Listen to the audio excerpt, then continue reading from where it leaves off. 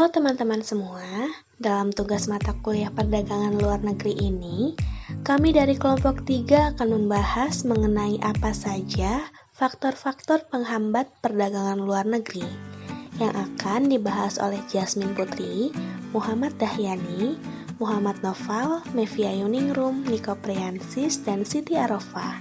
Oke, langsung aja yuk ke pembahasan. Perdagangan luar negeri merupakan perdagangan antara dua negara atau lebih. Tidak selamanya perdagangan luar negeri dapat berjalan sesuai dengan kondisi yang diinginkan. Sangat memungkinkan terjadi masalah atau hambatan yang menjadi faktor penghalang. Ada beberapa faktor penghambat perdagangan luar negeri, antara lain, yang pertama adalah faktor eksternal. Faktor eksternal yaitu masalah yang bersifat eksternal meliputi hal-hal yang terjadi di luar usaha yang mempengaruhi kegiatan ekspor dan impor. Kepercayaan antara eksportir dan importir. Kepercayaan merupakan faktor yang penting dalam bisnis. Tanpa ada kepercayaan, maka kegiatan perdagangan luar negeri tidak akan terjadi. Sebelum kontrak jual beli dilakukan oleh masing-masing pihak baik eksportir dan importir harus mengetahui kredibilitas dari rekan dagangnya. Beberapa cara yang lazim digunakan untuk mencari informasi. Yang pertama yaitu memanfaatkan buku petunjuk perdagangan yang berisi nama, alamat, dan jenis usaha. Yang kedua yaitu mencari dan mengunjungi perusahaan di negara lain. Yang ketiga, meminta bantuan bank di dalam negeri atau di luar negeri untuk mengusahakan status report atau credit information dan perusahaan-perusahaan tersebut. Yang keempat, yaitu membaca publikasi dagang dalam dan luar negeri. Yang kelima, yaitu konsultasi dengan pengusaha dalam bidang yang sama. Yang terakhir, yaitu melalui perwakilan dagang. 2. Pemasaran, di mana negara harus mempertimbangkan ke negara mana barang yang akan dipasarkan untuk mendapatkan harga yang sebaik-baiknya. Apakah barang tersebut mampu bersaing di luar negeri atau tidak? Baik ekspor dan impor pasti mengalami hambatan dalam daya saing yang rendah, saluran pemasaran yang tidak berkembang, dan kurangnya pengetahuan dan perluasan pemasaran serta teknik pemasaran yang dilakukan. 3. Sistem kuota dan kondisi hubungan perdagangan dengan negara lain. Yang pertama, kuota ekspor. Terjadinya pembatasan jumlah fisik barang-barang yang diekspor ke luar negeri, contohnya kuota batu bara. Yang kedua, kuota impor. Terjadinya pembatasan jumlah fisik barang-barang yang diimpor ke dalam negeri, contohnya kuota impor daging sapi. Keempat, keterkaitan dalam keanggotaan organisasi internasional.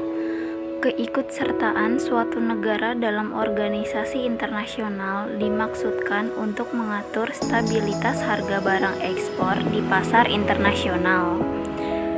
Di sini ada ASEAN Free Trade Area, yaitu kerjasama antara negara ASEAN. Selanjutnya ada ASEAN China Free Trade Area, yaitu kerjasama antar negara ASEAN dan China. Faktor internal. Masalah atau hambatan internal ini meliputi hal-hal yang terjadi di dalam perusahaan yang akan mempengaruhi kegiatan ekspor dan impor.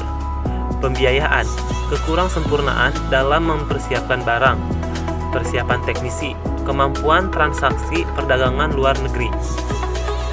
Faktor penghambat persiapan teknis. Secara garis besar, persiapan teknis dalam kegiatan ekspor impor yang harus diperhatikan yaitu: pertama, surat izin usaha perdagangan. Yang kedua, tanda daftar perusahaan. Yang ketiga, nomor induk wajib pajak. Yang keempat, angka pengenal ekspor atau impor. Yang kelima, dokumen pendukung lainnya. Dalam hal pengurusan persiapan teknis perizinan, saat ini sudah lebih mudah dengan adanya sistem pengurusan dokumen secara online dan sudah terkoneksi dengan beberapa instansi pemerintah dan terintegrasi dalam Indonesia National Single Window. Kemampuan transaksi perdagangan luar negeri. Dalam perdagangan luar negeri merupakan kegiatan perdagangan yang sangat kompleks. Oleh sebab itu, keberhasilan transaksi ekspor dan impor sangat ditentukan oleh pengetahuan dan pemahaman yang mendalam dengan dasar-dasar transaksi impor mengenai cara pembayaran, tata cara pelaksanaan atau prosedur ekspor-impor, pengisian dokumen PBB atau PIB, dan peraturan larangan pembatasan baik di negara eksportir maupun importir. Dilihat dari berkembangnya teknologi dan komunikasi, kemampuan pemahaman transaksi di luar negeri dapat diatasi dengan mengakses informasi yang tersedia di internet dan mengikuti pendidikan dan pelatihan ekspor impor. Pembiayaan. Masalah pembiayaan yang mencakup ketersediaan pembiayaan jangka panjang, masih tingginya suku bunga real domestik dibanding negara-negara pesaing, dan masih terjadinya disintermediasi yang sering menjadi hambatan dalam kegiatan ekspor produk Indonesia.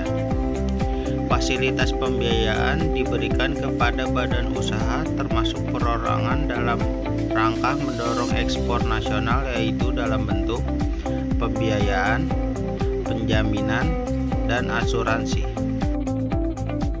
Kekurang-sempurnaan dalam mempersiapkan barang. Tujuan utama dalam perdagangan luar negeri yaitu kepuasan pelanggan atau importir. Salah satu indikatornya yaitu kualitas barang yang diperjualbelikan. Banyak kasus yang terjadi disebabkan karena kekurang-sempurnaan dalam persiapan barang dan menjadi komplain. Adapun faktor-faktor yang menjadi penyebabnya. Yang pertama, pengiriman barang yang terlambat disebabkan oleh kesulitan administrasi. Yang kedua, mutu barang yang tidak sesuai dengan standar dan pesanan. Yang ketiga, kelangsungan persediaan barang yang tidak sesuai dengan perjanjian. Yang keempat, pengepakan yang tidak memenuhi syarat. Yang kelima, keterlambatan dalam pengiriman dokumen-dokumen pengapai. Kesimpulan pada pembahasan ini adalah dalam setiap kegiatan perdagangan luar negeri, pastinya tidak dapat terus berjalan sesuai dengan kondisi yang diinginkan. Sangat memungkinkan terjadi masalah atau hambatan yang terjadi faktor penghalang bagi setiap negara yang terlibat di dalamnya. Di antaranya, terdapat faktor internal dan eksternal. Dari keduanya dapat disimpulkan kendala atau faktor yang timbul dapat terjadi antara pihak eksportir maupun importir yang meliputi kondisi barang, pembiayaan, teknis yang dijalankan maupun keterkaitan antar negara. Baik, sekian pembahasan yang kami bahas mengenai faktor-faktor penghambat perdagangan luar negeri. Terima kasih yang sudah menyimak untuk pembahasan kami kali ini. Assalamualaikum warahmatullahi wabarakatuh.